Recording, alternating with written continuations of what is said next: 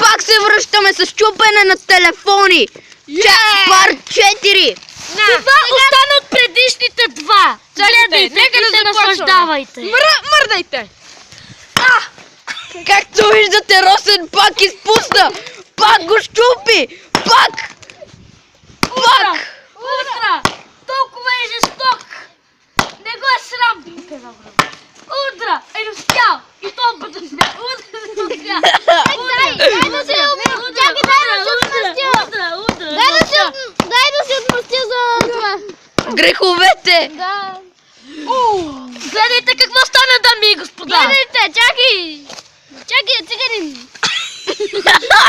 Гледайте, дами и господа. От чисто нов телефон стана на това. Чакайте, Да получи, Саре! Аз не сме довършили. Айде. Оу. Чакай, батерията. Колко си прост, бе! Хора отгоре ми чакат. Някак цигани. Ох. Айде, давай. Троши. Камерата! Бате, чува се нещо от този телефон.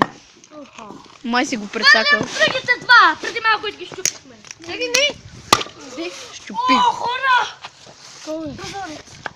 Прозорец. Бате, ма как може това телефон? Ей, майка си да. Да чупим батерията. Утре и той.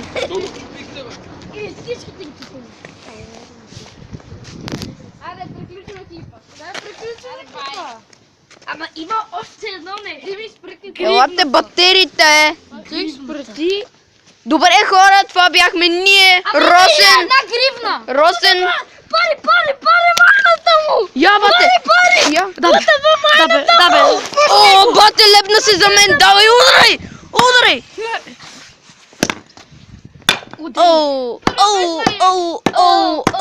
И мъртваме в почките, дами и господа. Той никъде снима.